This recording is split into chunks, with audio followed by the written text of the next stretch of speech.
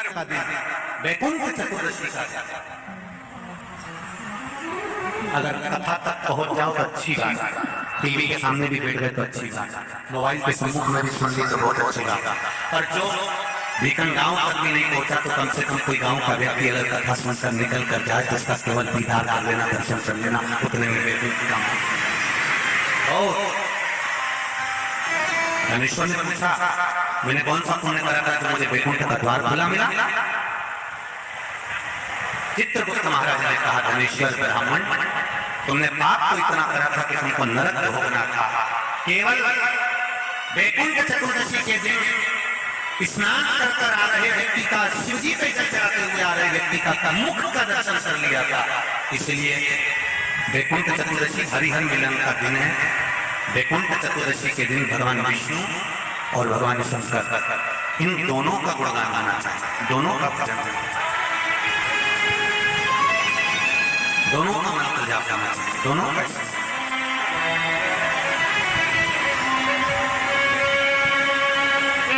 आप सबसे निवेदन है, कल हरिहर मिलन के दिन आपके घर में शिवलिंग होगा और लड्डू गोपाल होंगे।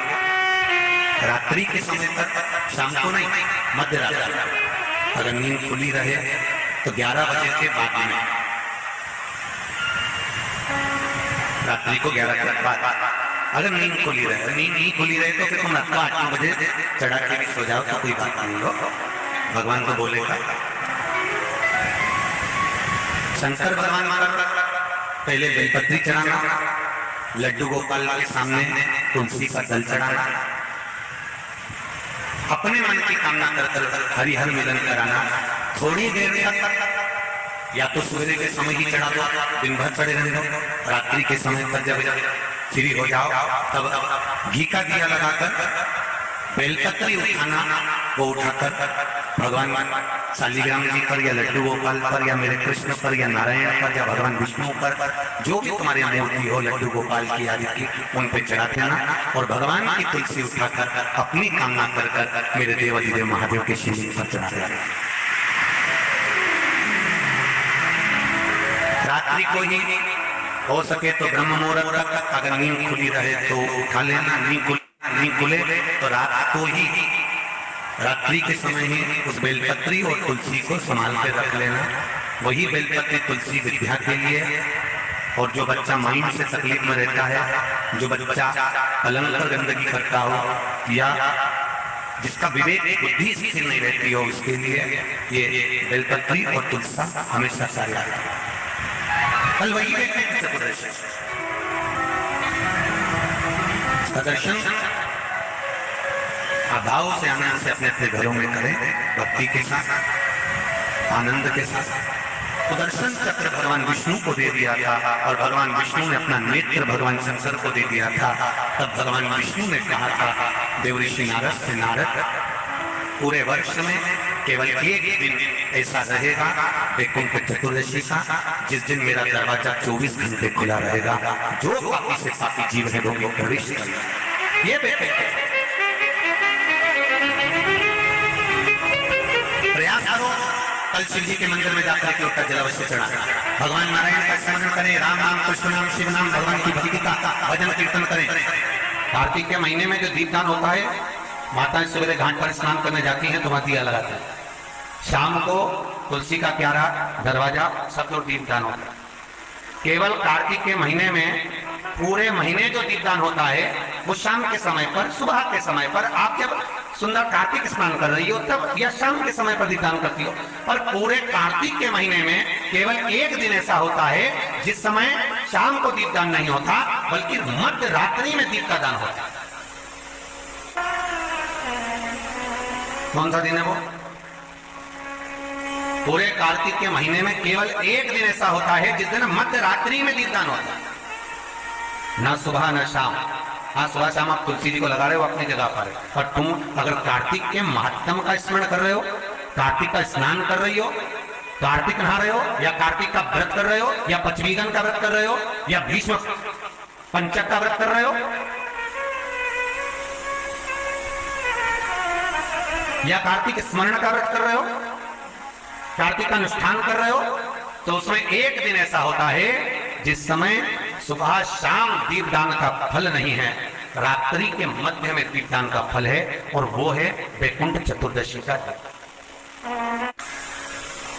पूरे कार्तिक के महीने में केवल एक ही दिन रहता है जिस दिन शाम के दीपदान का फल नहीं है, मध्य रात्रि के दीपदान का फल। दीपावली पर जो दिए लगाए वो 11 दिए, 21 दिए, 5 दिए, 7 दिए, इससे लगाए जाते। एकादशी के दिन जो दीपदान करा उसमें 11 दिए, 7 दिए, 21 दिए, ऐसा दीपदान होता। पर वैकुंठ चतुर्दशी का जो दिन है महाराज, इस दिन रात्रि को 11 बजे से लेकर 12:30 के बीच में दीपदान होता है, और 14 दिए का दान होता है महाराज। इसमें 14 दिए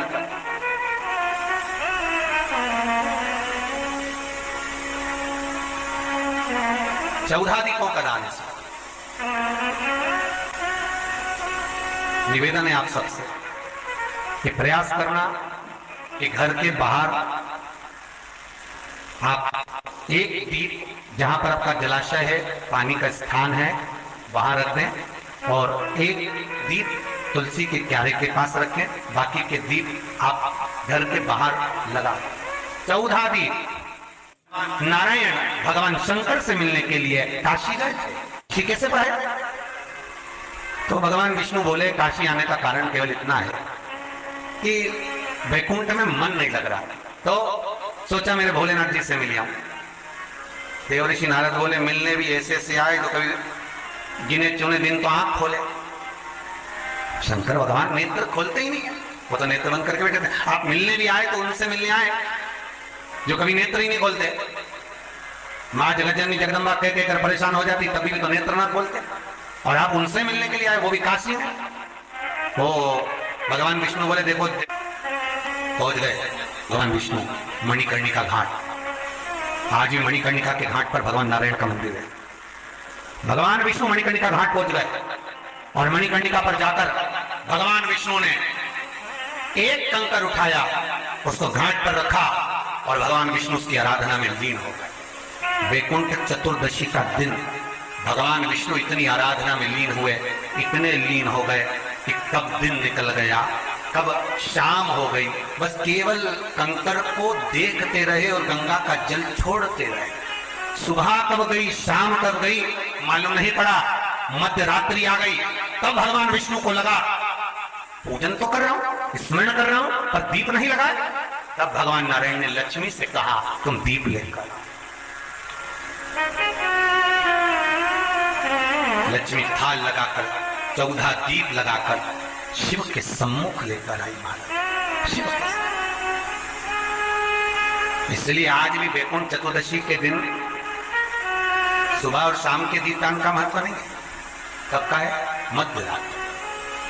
मध्यरात्रि के दीपदान का महत्व, और मध्यरात्रि के समय, मध्यरात्रि के अनुकूल में माँ जब भगवान भूल गए तब लक्ष्मी जी दीप लेकर आई, प्रज्वलित किया। भगवान शंकर वहीं पर सम्मुख प्रकट हो गए। तब जैसे देवऋषि नारद ने कहा था कि कंकर में शंकर है, भगवान विष्णु ने देवऋषि नारद को हृदय से लगाया था, तब भगवान नारायण के सामने शिव प्रसन्न होकर भगवान नारायण को गले से लगाते हैं। इसको हमारे हिंदू धर्म में हरिहर मिलन कहते हैं। इसलिए वैकुंठ चतुर्दशी के दिन हरिहर मिलन, हरिहर मिलन वैकुंठ चतुर्दशी। महाराज निवेदन करूंगा, जिसकी किडनी गड़बड़ हो गई हो, जिसका लीवर गड़बड़ हो गया हो, जिसको डायलिसिस चल रहा हो और छूट नहीं रहा हो, वैकुंठ चतुर्दशी के दिन नदी के घाट पर, नदी, तालाब, सरोवर, कुआं, बावड़ी जो हो, उसके तट पर 14 दीप लगाकर, पीपल के पत्ते पर शहद डालकर, और उसमें एक काली मिर्ची शंकर जी का नाम डालकर बोलकर उसमें चढ़ा दें। उसी पत्ते की काली मिर्ची, थोड़ा सा शहद घाट पर डाल दें, और उस पत्ते को घर पर लेकर आ जाए। जिसको डॉक्टर ने कह दिया डायलिसिस होगा, किडनी लीवर गड़बड़ हो रहे हैं, वैकुंठ चतुर्दशी के दिन रात्रि को 14 दीप लगाकर जब घाट से आए, जिस व्यक्ति को रोग है, बीमारी है, उसको वो पत्ते समेत चटा देंगे, और फिर जाकर आप 8 दिन 10 दिन बाद जांच करवाओ, आपको उसका फल प्राप्त हो जाए। और विश्वास रखकर, क्योंकि हरि और हर मिलन कोई साधारण नहीं है। वैकुंठ चतुर्दशी, कार्तिक के महीने की जो वैकुंठ चतुर्दशी है, उसका जो फल है कोई कितना भी विद्या कर दिया, कोई कितना भी टोना कर दिया हो, कोई कितना भी किसी भी रूप में तांत्रिकता का भाव कर दिया हो, तो सीधे कहा लौंग और काली मिर्ची रखकर, बमूल के या गुलाब के कांटे रखकर उसको उतार कर उसकी धुनी लेने पर भी वैकुंठ चतुर्दशी के दिन तंत्र विद्या, अघोर विद्या कितनी भी कड़ी हो वो नष्ट हो जाए। सुख समाई।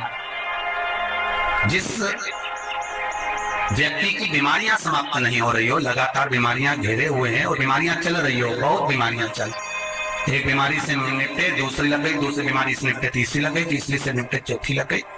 महाराज वैकुंठ चतुर्दशी के दिन जब भगवान नारायण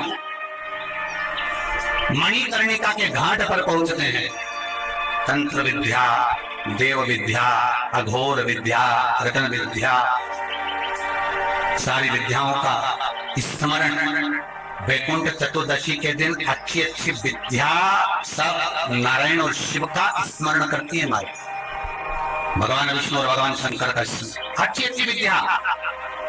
तो शास्त्र कहता है जिसको बहुत रोग हो, एक रोग मिटा दूसरा चालू, दूसरा रोग मिटा तीसरा चालू, तीसरा रोग मिटा चौथा चालू, चौथा रोग मिटा पांचवा चालू, बहुत रोग से ग्रस्त है, कुछ ना करिए, एक काम करिए, 7 काली मिर्ची लो, 5 लौंग लो और 5 बमूल के कांटे, बमूल के वृक्ष के जो कांटे होते हैं, अगर बमूल के वृक्ष के कांटे ना मिले तो गुलाब के कांटे ले लो।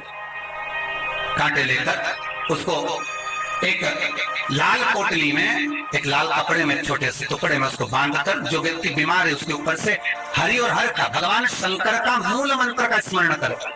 अगर कोई मंत्र ना हो तो श्री शिवाय नमस्तुभ्यम और ओम नमो भगवते वासुदेवाय इसका स्मरण कर कर आप 21 बार उतार कर उसी व्यक्ति के सामने बाहर, घर के बाहर उस पोटली को जला दीजिए। उसकी धुआं उस जीव को लगने से जो निरंतर बीमार पड़ रहा है, धीरे बीमारियां धीरे धीरे छूटने लगेगी। 14 दीप, क्योंकि वैकुंठ चतुर्दशी के दिन, हरिहर मिलन के दिन सुबह और शाम को जो दीप दान करा उसका प्रमाण भले ना है, परंतु रात्रि को जो दीपदान का प्रमाण है वो जीवन का सुख देगा। वैकुंठ चतुर्दशी का ये उपाय अवश्य करें। जिसको आंख से जुड़ी हुई तरह प्रॉब्लम रहती है, दमे से जुड़ी हुई प्रॉब्लम रहती है, श्वास की बीमारी रहती है, या महाराज दिन रात खांसी चल रही हो, श्वास से जुड़ी हुई परेशानी चल रही हो, उसके लिए निवेदन है 7 लोग पीपल के पत्ते पर रख लीजिए और घर के बाहर 5 दिए घी के लगा दीजिए। जिस व्यक्ति को श्वास ज्यादा चलती हो, खांसी ज्यादा चल रही हो, दमा भरा रहा हो, उसके लिए वैकुंठ चतुर्दशी का ये उपाय अवश्य करें। 5 लौंग या 7 लौंग या 11 लौंग या 21 लौंग, जितनी आप निरंतर एक लौंग कर खाना, जितने दिन आप खा सकते हैं, पीपल के पत्ते पर रख दें। और वैकुंठ चतुर्दशी का जो मूल मंत्र है उस मंत्र को आप लिख लीजिए, उस मंत्र का स्मरण करिएगा। ओम हीम, हा उस पे ई की मात्रा, हम की बिंदी, हीम। ओम हरिणाक्षाय, हरिणाक्षाय नमः शिवाय। एक बार सब हमारे साथ में बोले, ओम हीम ओम हरिणाक्षाय नमः शिवाय। बस इस मूल मंत्र जो स्कंद पुराण में वैकुंठ चतुर्दशी का मूल मंत्र कहा गया है, इस मंत्र का 21 बार स्मरण कर कर लौंग को उठा लें और उस लौंग को वापिस लेकर आ जाएं। एक एक लौंग कर कर सुबह या शाम में कभी भी खाना प्रारंभ कर दे, धीरे धीरे दमे की बीमारी में, खांसी में, श्वास में आराम मिलना प्रारंभ हो जाता है। पर इस मंत्र को वैकुंठ चतुर्दशी के दिन रात्रि को जब आप 11 बजे से लेकर 12:30 के बीच में, जब पीपल के पत्ते के ऊपर जब आप लौंग रखें, पीपल के पत्ते के ऊपर जब आप लौंग रखें, उस समय पर इस मंत्र का 21 बार स्मरण होना जरूरी। इस मंत्र को जब, और यह मंत्र कोई साधारण नहीं है, फिर निवेदन करेंगे, ये मंत्र जीवन का सुख देने वाला। जो मंत्र आपको वैकुंठ चतुर्दशी के दिन स्मरण करना है, उस मंत्र को एक बार फिर हमारे साथ में बोले, ओम ह्रीं ओम हरिणाक्षाय नमः शिवाय। ओम हीम ओम हरिणाक्षाय नमः शिवाय। इस मंत्र का स्मरण जीवन का सुख देगा। जिनको ज्यादा रोग हो, बीमारी हो, तकलीफ हो, कोई व्यक्ति वेंटिलेटर पर पड़ा हुआ है, ऑक्सीजन लग रही है, उसके लिए भी 1 लोटा पानी, उसमें दूध मिलाकर 5 बेलपत्र रखकर आप वैकुंठ चतुर्दशी के दिन उसके नाम का पानी आप हरि और हर को समर्पित कर सकते हैं। अगर मंदिर बंद मिले तो पीपल के पेड़ के नीचे आप चढ़ा सकते हैं। उससे 3 या 4 दिन में आराम लगना प्रारंभ हो जाएगा। पर मंत्र का स्मरण यही करें, ओम हीम ओम हरिणाक्षाय नमः शिवाय। इस मंत्र को जपें जो स्कंद पुराण का मूल मंत्र कहा गया। उसका स्मरण करेंगे रोग बीमारी आदि को मिटाने के लिए।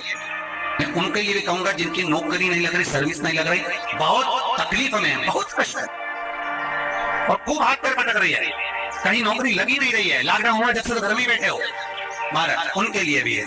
महाराज एक कमलगट्टा हाथ में रखिए किसी जलाशय के पास में। अगर जलाशय दूर हो, नदी, तालाब, बावड़ी, कुआं ये सब दूर हो तो घर में ही एक तांबे के कलश में पानी भर लीजिए और कलश के पास में एक कमलगट्टा जो हाथ में रखा है उसको जल पात्र के पास में रखकर 7 दिए घी के लगाएं, 1 दिया चौमुखी सरसों के तेल का लगाएं। महाराज उसको रख लें और कमलगट्टा पास में रखकर जो मंत्र अभी आपको बताया, ओम हीम ओम हरिणाक्षाय नमः शिवाय, इस मंत्र का जप करें 1 माला और अपनी कामना कर वो कमलगट्टा अपने साथ में रख लें। जब किसी एग्जाम को देने के